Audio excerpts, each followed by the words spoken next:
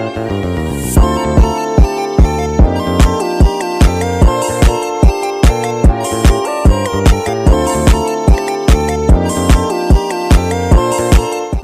warahmatullahi wabarakatuh. Perkenalkan, kami dari kelompok 7 mata kuliah pembelajaran nilai karakter sejarah, yang mana mata kuliah ini diampu oleh Ibu Ani Wahyuni, SPD, MPD. Yang beranggotakan saya di Soraya dengan ujung NIM 43. Dan sebelah kiri saya Rahel Maria Margun dengan NIM akhir 07. saya sendiri Apras Nigaleza dengan NIM A1A 121055.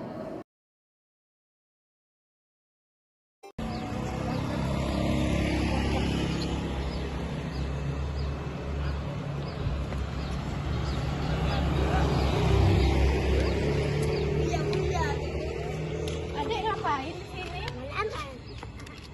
Kok main ML di sini, main game di sini? Jadi di pinggir jalan ngeri loh, nanti ada orang lain ngambil HP-nya. Di sini udah jam berapa ini? Udah waktunya sholat zuhur nggak sih? No. Nah, daripada main ML, mending sholat di masjid aja. Kebetulan kan di situ ada masjid. Ayo. Iya.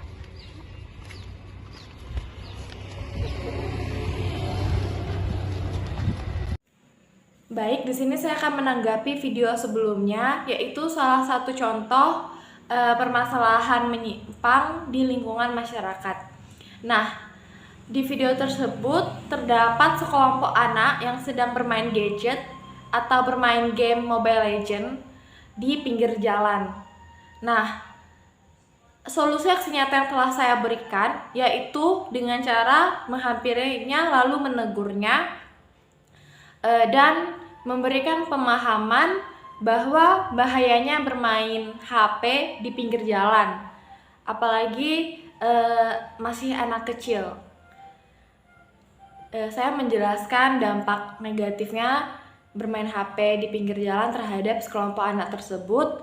Lalu kebetulan pada saat itu adalah jam-jam sholat, yaitu mau sholat zuhur, sehingga di situ saya mengajak sekelompok anak tersebut lebih baik melakukan hal positif daripada bermain HP di siang hari di pinggir jalan. Nah, jadi aksi nyata yang telah saya berikan yaitu mengajak sekelompok anak tersebut pergi ke masjid. Kebetulan di tempat mereka bermain HP itu berdekatan dengan masjid, sehingga saya mengantar mereka ke masjid. Mungkin itu saja solusi aksi nyata yang dapat saya berikan. Terima kasih.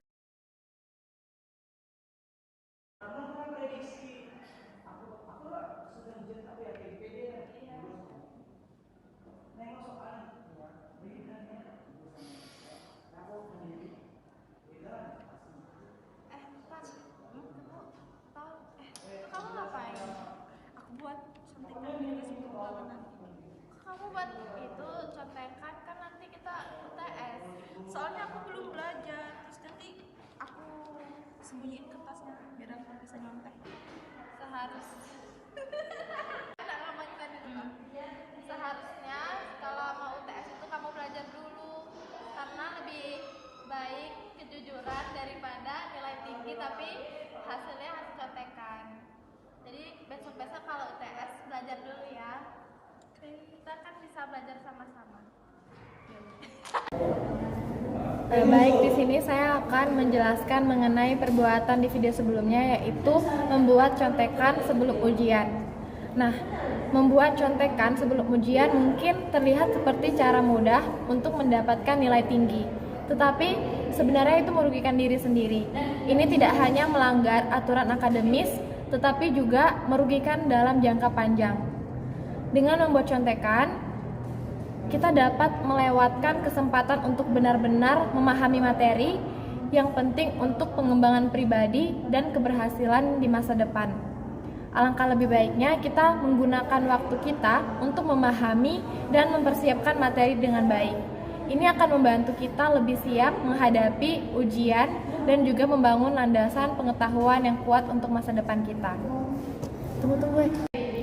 Nah, perbuatan yang dapat kita lakukan saat melihat teman kita sedang membuat contekan, seperti di video sebelumnya, yaitu kita berbicara dengan mereka secara langsung, ajak mereka untuk berhenti dan berbicara tentang pentingnya belajar dan mempersiapkan diri dengan baik untuk ujian.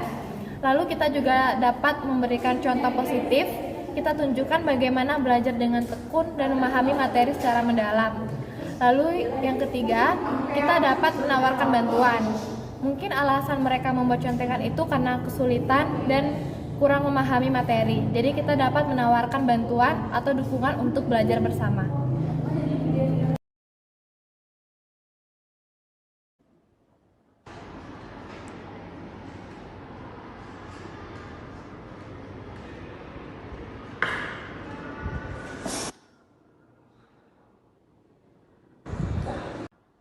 Daripada nonton video seperti itu, ada baiknya kamu mencari hal-hal yang lebih mengarah ke kegiatan positif, karena bisa dibilang dan menurut penelitian, nonton video dewasa itu bisa mengurangi daya ingat dan mengurangi kefokusan kita dalam mengerjakan sesuatu, dan bisa membuat kita IQ-nya turun begitu drastis. Lebih baik kamu mencari kegiatan positif, atau kalau masih di kampus baiknya ke perpustakaan untuk persiapan kita membuat skripsi. Menonton film dewasa itu sejatinya sangat dilarang di agama, dan film dewasa dapat memiliki dampak negatif pada pembelajaran, terutama pada remaja dan anak-anak.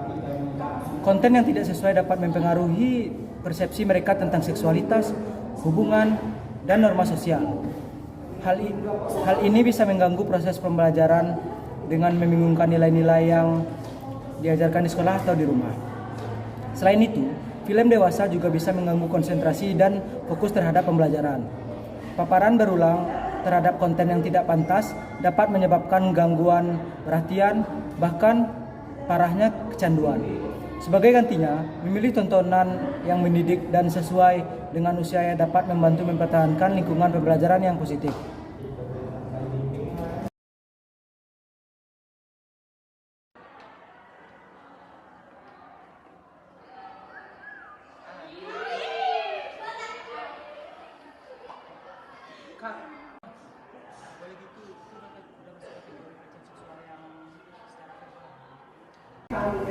Catcalling merupakan tindakan yang tidak pantas dan bisa sangat mengganggu bagi korban, terutama di lingkungan pendidikan yang seharusnya menjadi tempat yang aman dan mendukung. Solusi mengatasi bahaya catcalling di lingkungan pendidikan adalah yang pertama, pentingnya pendidikan tentang kesetaraan dan penghormatan.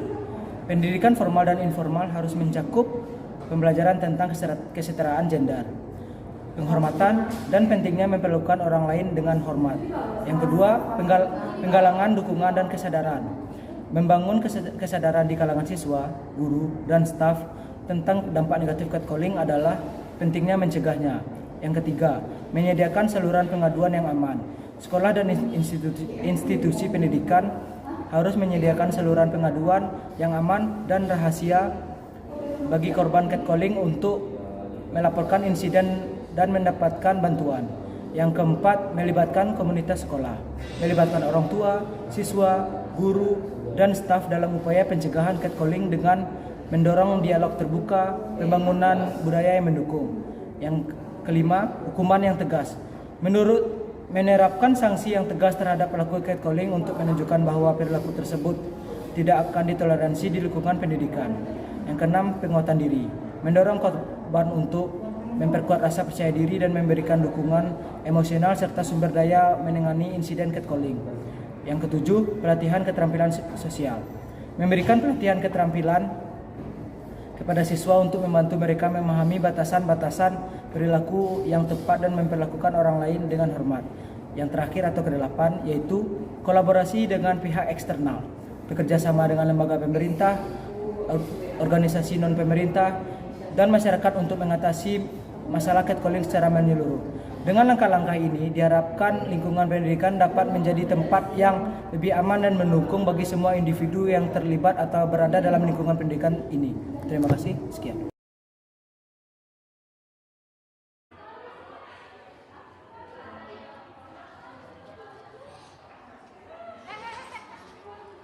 Ambil.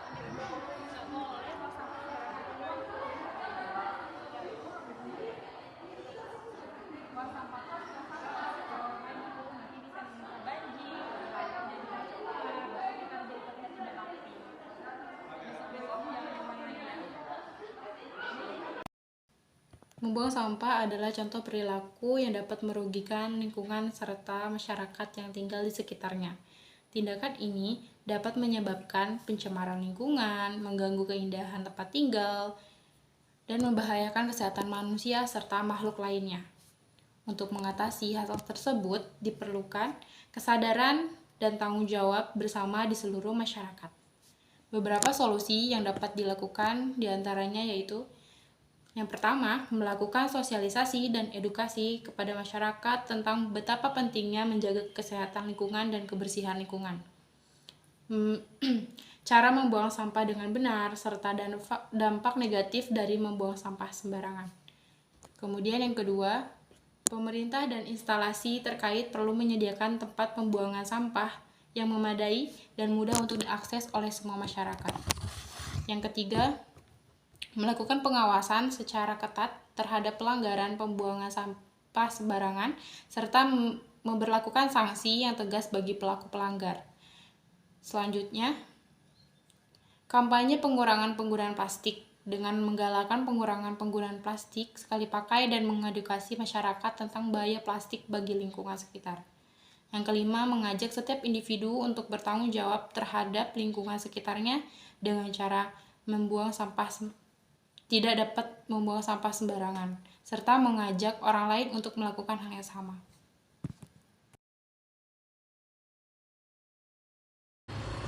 Duluan kau kencang, Rik. Kencang kau, Rik.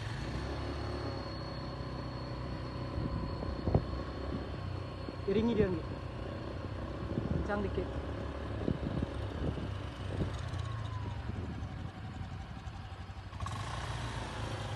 Dah, 1, 2, 3, dah. Dah.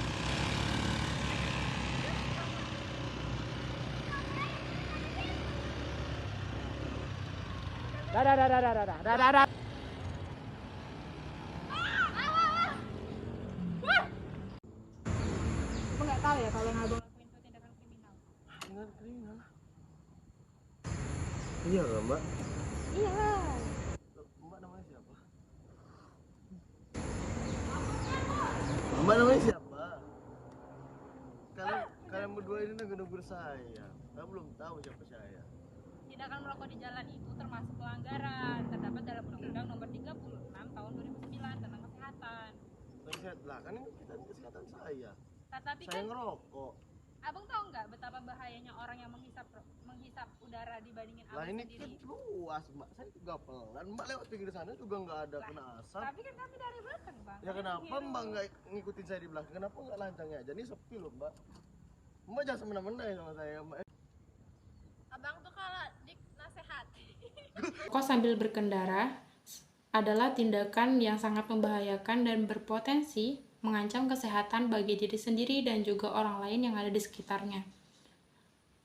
Orang yang melakukan hal ini seharusnya menyadari bahwa rokok bisa menjadi sumber yang sangat serius saat berkendara, yang dapat mengakibatkan kecelakaan yang fatal. Selain itu, asap rokok juga dapat mengganggu pengendara lain yang ada di sekitar. Solusi atas tindakan ini yaitu yang pertama, penting untuk meningkatkan kesadaran bahwa merokok sambil berkendara adalah tindakan yang berbahaya dan dapat berdampak negatif terhadap keselamatan diri sendiri dan juga orang di sekitar. Yang kedua, langkah terbaik adalah berhenti merokok sama sekali, terutama saat berkendara. Merokok tidak hanya berbahaya bagi kesehatan, tetapi juga mengurangi fokus dan kewaspadaan saat berkendara. Yang ketiga, perlu dilakukan kampanye edukasi secara luas tentang bahaya merokok sambil berkendara dan pentingnya menjaga kewaspadaan di jalan raya. Yang keempat, pemerintah juga perlu meningkatkan penegakan hukum terhadap pelanggaran yang berkaitan dengan keselamatan berkendara, termasuk merokok sambil berkendara yang dapat dianggap sebagai tindakan mengemudi secara tidak aman. Yang kelima, memberikan alternatif yang aman bagi perokok seperti berhenti sejenak di tempat yang aman dan jauh dari jalanan sebelum merokok, atau menunggu sampai di tujuan untuk merokok. Demikianlah video project tentang nilai sosial yang ada di masyarakat kelompok kami yaitu kelompok 7. Kurang lebih mohon maaf, saya tutup. Wabillahi taufiq wal hidayah. Assalamualaikum warahmatullahi wabarakatuh.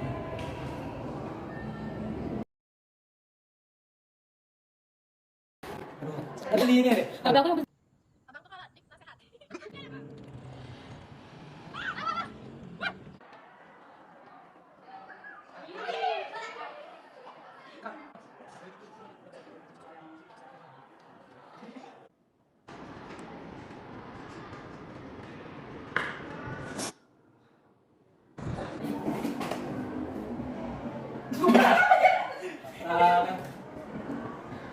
Video ini dibuat untuk memenuhi proyek dari permasalahan nilai sosial atau penyimpangan yang ada di lingkungan masyarakat.